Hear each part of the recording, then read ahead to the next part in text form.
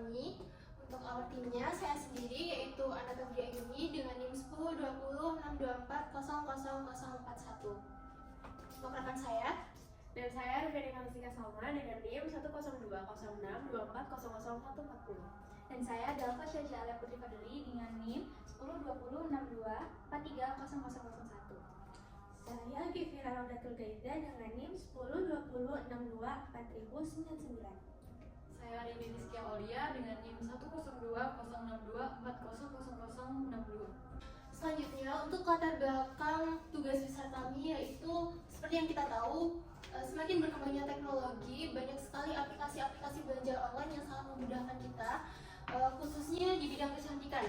Jadi user tidak perlu keluar rumah hanya untuk berbelanja, tetapi banyak sekali aplikasi online khususnya di bidang kecantikan yang mewadahi hal tersebut.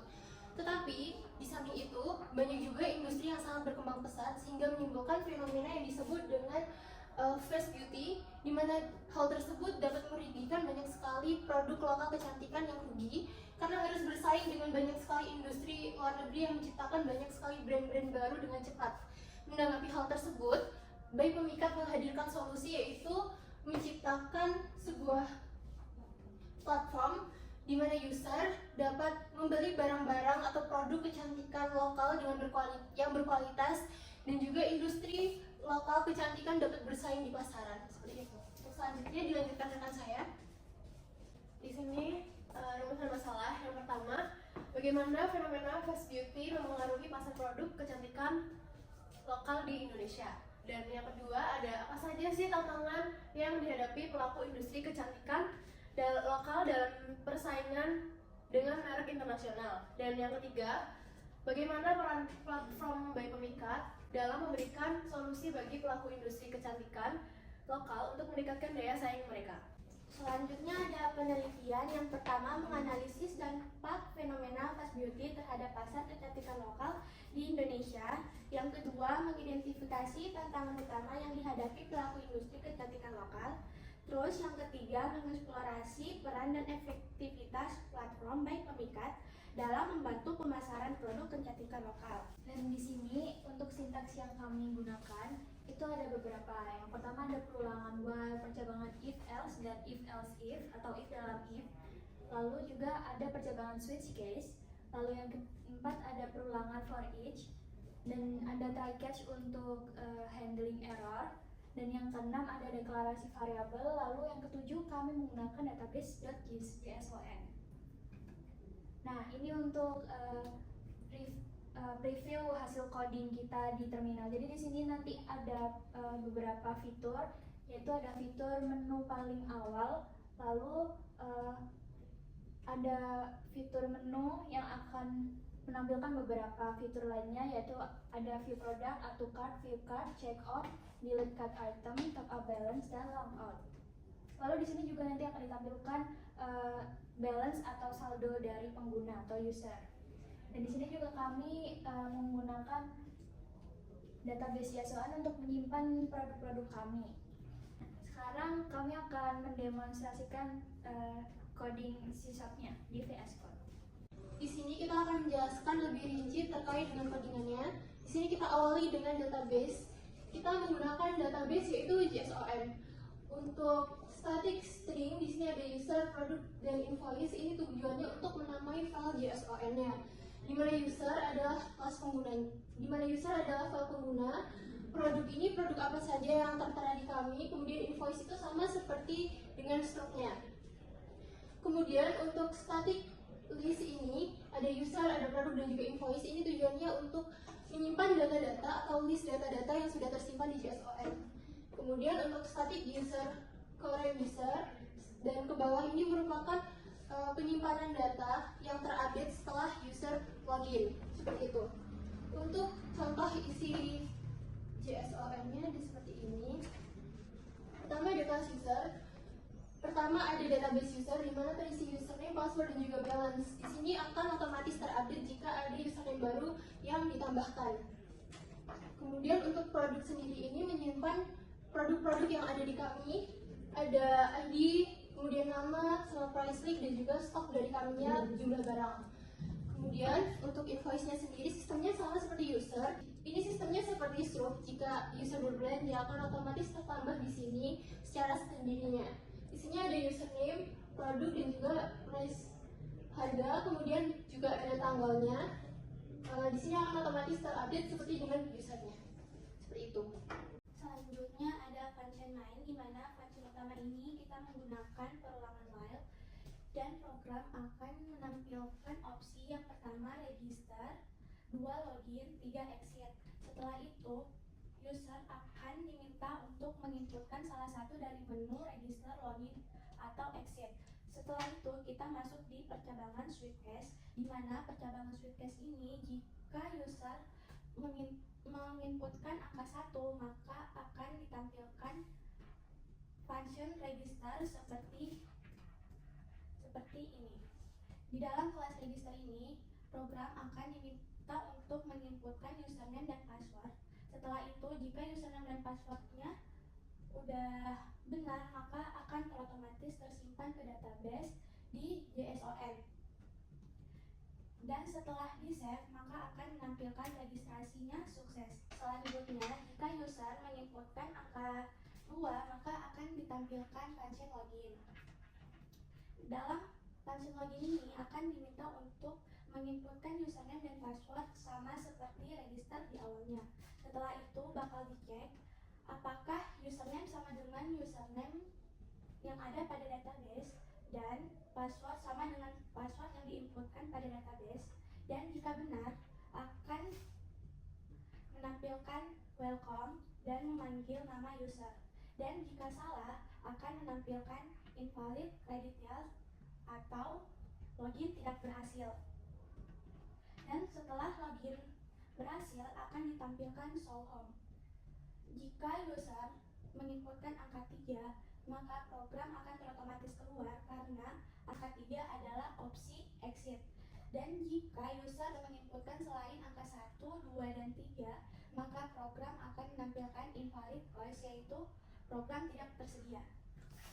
Untuk selanjutnya, static void load ini bertujuan untuk mengconvert dari C# ke JSON atau juga dari JSON ke C# ini. Kemudian untuk static void self data ini bertujuan agar data-data yang kita masukkan ke C# bisa terbaca dan terdeklarasi di file JSON. Di sini masuk ke function card item, lalu menampilkan keranjang. Di sini user akan diminta menginputkan ID barang yang akan dihapus. Lalu di sini user akan diminta untuk menginputkan jumlah barang yang akan dihapus. Masuk ke percabangan if else, di mana jumlah barang lebih dari 0 dan jumlah barang kurang dari sama dengan jumlah barang yang ada dalam keranjang. Masuk ke if, apabila jumlahnya benar, maka otomatis item akan terupdate atau item berhasil dihapus. Jika salah, otomatis invalid quantity atau gagal.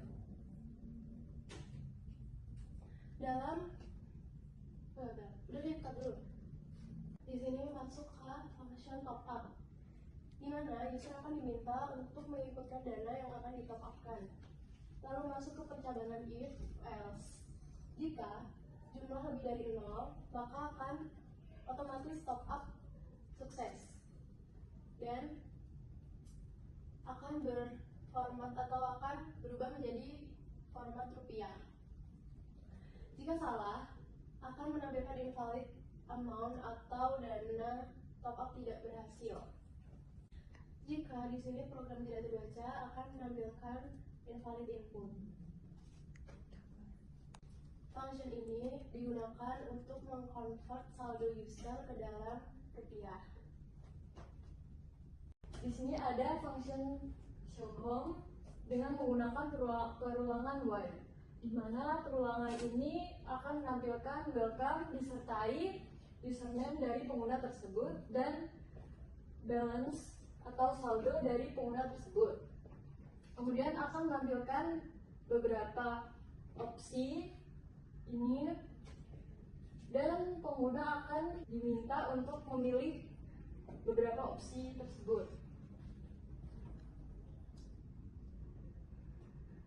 Kemudian kita menggunakan perulangan switch case, di mana jika pengguna menginputkan 1 maka akan menampilkan view product, 2 akan menampilkan add to cart, 3 akan menampilkan view cart, 4 akan menampilkan checkout, 5 akan menampilkan delete cart item, 6 akan menampilkan top up, dan 0 ini untuk clock out. Kemudian jika pengguna menginputkan selain 1, 2, 3, 4, 5, 6, dan 0, maka akan menampilkan invalid choice. Kemudian function product, di mana kita menggunakan perulangan for each. Perulangan ini akan menampilkan ID produk, nama produk, harga produk dengan format rupiah, dan stok. Selanjutnya function add to cart. Pada function ini akan menampilkan ID produk dan jumlah barang. Dimana jika jumlah barang lebih dari 0 dan jumlah barang kurang dari sama dengan stok, maka akan muncul percabangan. Dimana percabangan ini akan memeriksa apakah produk yang ditambahkan oleh pengguna tersebut sudah ada di dalam keranjang, apa belum. Jika sudah, maka program hanya akan kemudian function add to cart. Function ini akan menampilkan ID produk dan jumlah barang. Jika jumlah barang lebih dari 0 dan jumlah barang kurang dari sama dengan stok, maka akan muncul percabangan. Percabangan ini untuk memeriksa apakah ID produk yang dimasukkan oleh pengguna sudah ada atau belum di keranjang. Jika sudah, maka program hanya akan mengupdate jumlah barang tersebut. Sintak ini akan berjalan jika ID produk yang dimasukkan oleh pengguna itu belum ada di keranjang.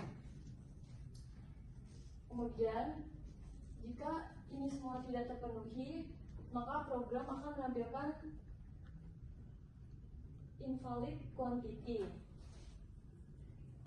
Jika sintak yang kita masukkan ini error atau tidak terbaca, maka program akan menampilkan invalid input or product not found. Kemudian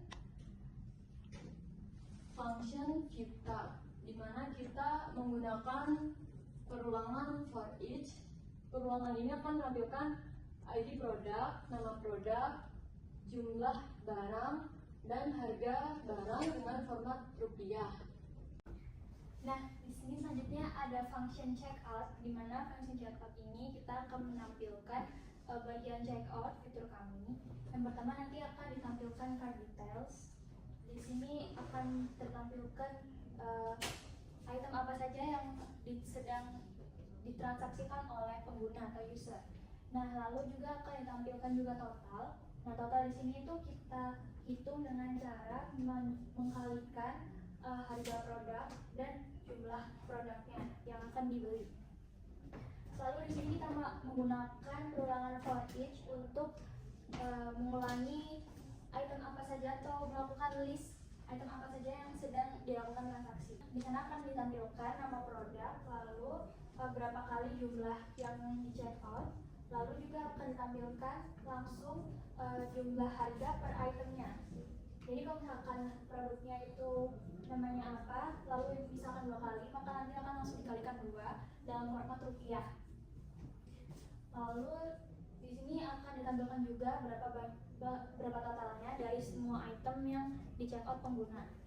Lalu juga pengguna akan diminta untuk melakukan pembayaran dengan mengetikkan atau memasukkan saldo yang user punya.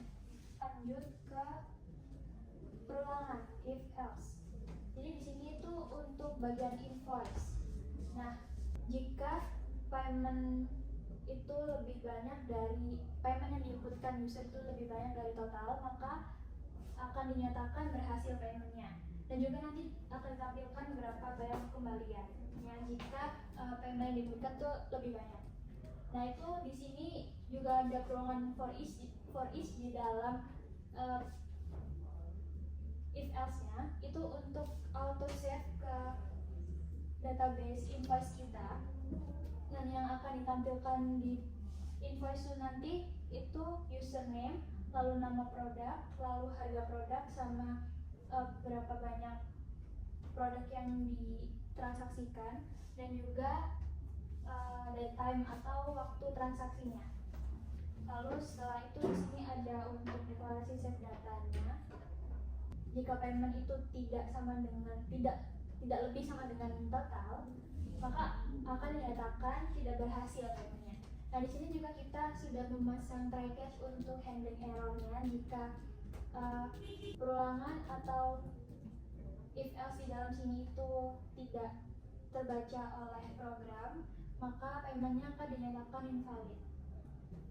Nah, di sini juga ada beberapa kelas tambahan, yaitu ada kelas user. Di kelas user ini itu untuk menyimpan database terkait user, yaitu ada username, password, dan saldo atau balance user. Itu nanti akan tersimpan di database kita di sini. Nah, ini akan tampilan seperti ini. Jadi terus auto save di sini. Kalau kembali lagi, itu misalnya ada kelas produk. Di kelas produk ini juga untuk menyimpan database produk. Itu nanti ada ID produknya, nama produknya, harga produk, sama stok produk yang kita punya. Lalu selanjutnya ada kelas invoice. Di sini juga untuk auto save ke database JSON. Itu akan di-save dengan format username, nama produk, harga, dan waktu transaksi. Dan terakhir ada kelas card item. Di sini tuh untuk bagian yang add to cart atau view card kita di fitur itu. Jadi itu akan di-save dengan format produk dan quantity atau berapa banyak produknya. Selanjutnya akan demonstrasi output. Nah, yang pertama ditampilkan itu menu register, login, dan exit.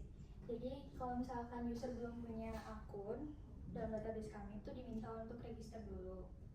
Misalkan register.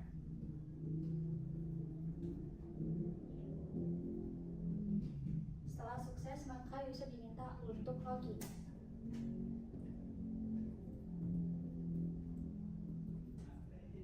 Nah, setelah sukses, maka user akan ditampilkan bagian menu. Di sini di menunya itu ada welcome dan user, nama user, lalu ada balance atau saldo user, dan ada 7 fitur. Ada view product, add to cart, view cart, check out, delete cart item, top up balance, dan logout. Nah, di fitur pertama yaitu view product itu kita hanya akan menampilkan list produk dengan format ID, nama produk, harga, dan stok yang tersedia. Setelah itu di fitur yang kedua itu fitur add to cart, itu untuk user menambahkan item apa aja yang ingin dibeli. Jadi akan diperlihatkan atau ditampilkan juga lagi list produknya. Nah, setelah itu user akan diminta untuk memasukkan produk ID. Produk ID itu yang ini ya, 1 sampai 20. Misalkan di sini kita akan membeli shampoo, berarti kita harus menulis nomor 19. Lalu kita akan memasukkan berapa banyak yang ingin kita beli. Di sini kan shampoo itu stoknya masih 22, jadi kita bisa beli agak banyak. Yaitu misalkan 3 buah. Nah, setelah itu produk akan berhasil ditambahkan ke dalam keranjang atau cart. Nah, untuk melihat itu gambar keranjangnya, kita tuh bisa di fitur nomor 3. Di sini akan tertera item yang kita beli, yaitu ID-nya, lalu nama itemnya, lalu berapa banyak yang kita mau beli, kita tambahkan ke dalam keranjang, dan total harganya. Nah, setelah itu ada fitur checkout. Sebelumnya kita akan membahas tentang fitur delete cart item. Jadi kita tuh bisa menghapus atau user bisa menghapus item maupun quantity atau jumlah barang yang ingin dibeli. Misalkan ini, user akan diminta untuk memasukkan ID yang akan dilihat dari barangnya 19. Kita bisa menghapus. Misalkan kita hapus 2, kita akan membeli 1 saja karena menghemat. Nah, itu item akan otomatis terupdate. Kita bisa lihat di view card lagi tadi. Lalu juga kita ada fitur top up balance. Karena di sini balance kita 0 alias saldo kita 0, jadi kita belum bisa men-check out. Kita top up dulu. Nah, kita bisa menginputkan berapa banyak uang yang ingin kita top upkan. Misalkan 100 ribu. Sejuta ya? 10.000. Nah, udah benar. Nah, top up sukses, maka di sini akan langsung terupdate saldo kita. Nah, kita bisa untuk check out baru ini. Nah, di sini itu udah di detail ya. Itu isi keranjang kita apa, lalu harganya dan totalnya juga berapa banyaknya. Nah, kita di sini bisa langsung menginputkan uang untuk membayarnya. Jadi kita kan punya saldo 100.000, jadi kita bisa langsung dipasin ke 30.000 atau kita bisa banyakin. Misalkan kalau misalkan kita bayar dengan harga 35.000, itu nanti kita akan mendapat kembalian 5.000. Jadi dan itu langsung mengurangi di saldonya. Seperti itu. Lalu yang terakhir itu ada fitur logout. Kalau misalkan kita menginputkan logout, maka program menu akan berhenti, dan kalau misalkan kita exit, maka program akan berhenti. Seperti itu. Kemudian yang terakhir yaitu kesimpulan. Berdasarkan latar belakang dan permasalahan yang dibahas, dapat disimpulkan bahwa fenomena fast beauty ini memberikan tekanan signifikan terhadap pasar kecantikan lokal yang menghadapi tantangan besar dalam hal inovasi dan kecepatan produksi. Namun, kehadiran platform seperti By Pemikat menjadi solusi strategis yang mendukung pelaku industri lokal dengan menyediakan sarana pemasaran yang efektif dan memperkuat ekosistem bisnis kecantikan nasional. Dengan dukungan ini, diharapkan industri kecantikan lokal mampu tumbuh secara berkelanjutan dan lebih kompetitif di tengah persaingan global. Sekian presentasi dari kelompok 3 By Pemikat. Terima kasih. Mohon maaf jika ada salah kata.